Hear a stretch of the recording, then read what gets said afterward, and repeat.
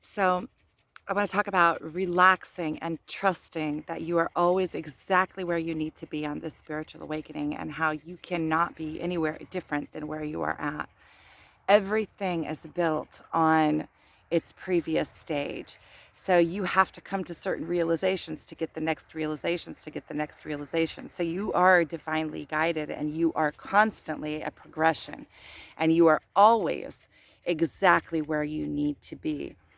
Um, and as you go through this spiritual awakening, you can only be where you are at. And this is how anything that you are speaking of, anything that you are projecting outwardly is a projection of what is inwardly. So just as we can read other people and see exactly where they are located by what they're talking about, by how they're perceiving the world, we can do the same with ourselves.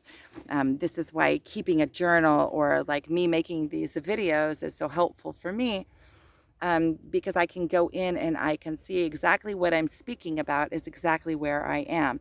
You cannot put out what is not within. It's just like an orange. When you squeeze an orange, like Wayne Dyer says, you squeeze an orange, what do you get? You get orange juice. That's what's on the inside. You don't expect to get something else.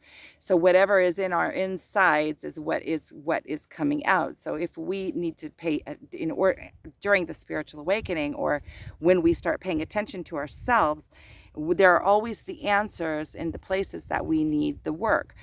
If we keep on getting into situations, we need to just watch our reactions to certain situations to see where we're at. So if we are consistently getting triggered in specific places, those are the places that we need to inspect.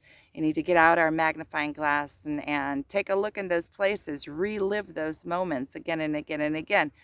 And typically, those are the places that we want to relive the least because we have the most pain in those places. Those are the places that we are fighting against. That's why we're having these reactions to these situations, because these are the places that we don't want to be. These are the places that our being is kicking up against and trying to avoid.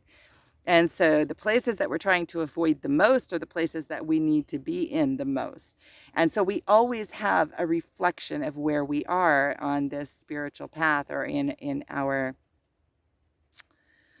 in our being, in our consciousness of we always have that reflection of, according to how the world is receiving us, according to the things that we are talking about are the things that are in our mind, are the things that are coming forth. And especially, or also, you could say also and especially, because a lot of times we put on these masks and we don't even know that we're wearing these masks. We put on masks for ourselves so that we don't have to visit the places.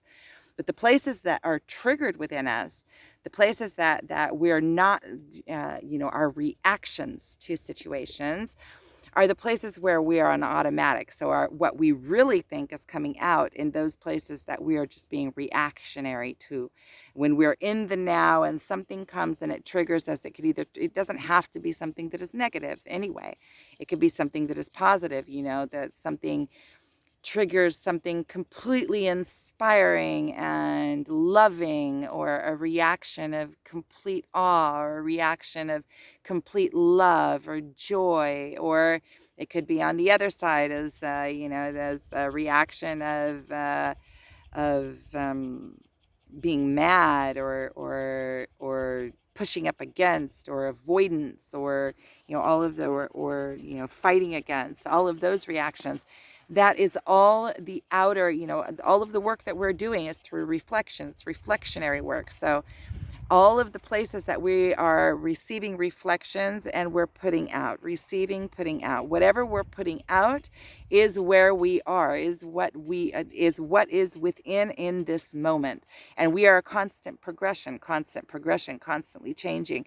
That things that I would have talked about 5 years ago are so different than the things that I'm talking about today. It's at a completely, forget about 5 years ago, let's say a year ago or 2 years ago. I was just having this conversation with my twin that where I was 2 years ago is almost unrecognizable to where I am today. We're constant progression. So also, I was thinking about doing these videos, and that the people that are following me along these videos can see my progression as I'm going, and can also progress with me in the ways that I'm progressing because of the realizations, because I'm speaking this out, because and there is no ownership on any kind of information. Whatever information, all of the information in the universe is already in the universe. All we are doing is uncovering it as we go along. We are uncovering it, deciphering it, putting it, refurbishing it back into the world through the filter of us. So there is no ownership on information. Every single person, the only way that we receive information is from reflections from the world outside of us. So no information that we have is our information either. There is no ownership over information. That's why patents are kind of funny. And there was this story. It always hits me. It always comes up. There were two stories, but there's this English man that was 90 some years old, and he figured out how to boil water instantaneously through a vibration, through a sound vibration. Put this little cone thing into the water, and the water just boils instantly because of that specific vibration. It becomes hot. You can make coffee. And he died with it. He died with it because he wanted to monetize it. And I'm thinking, that was something, it was a gift given to him to give to humanity. It was his legacy. He took his legacy with him because of monetary. You can find the videos on YouTube if you look it up. A man who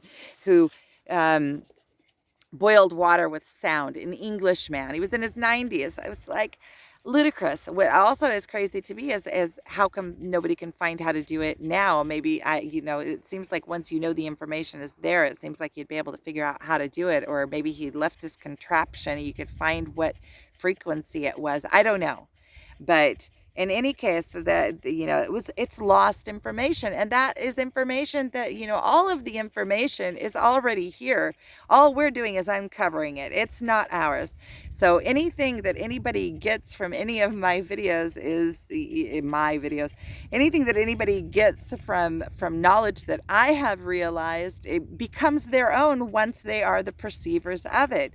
Because you can't perceive something that is not yours to perceive. So information is passed, all the information that I have, including the language that I use, was learned, was something developed before my time. It was passed on generations to me. So all of the information that I have is built on other information as well. So there is no ownership over information.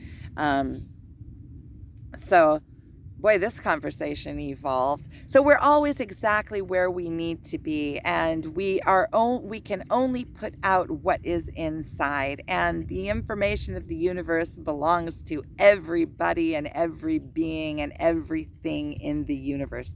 It is the universe's information. It's God's information. It was all already here before we came. And it's all going to be here once we go. And the most that we can do is try to uncover and discover more and more and more beauty of this universe, and bring it forth for others to enjoy as well. And with that is our legacy, if we leave a legacy. And what is a legacy anyway?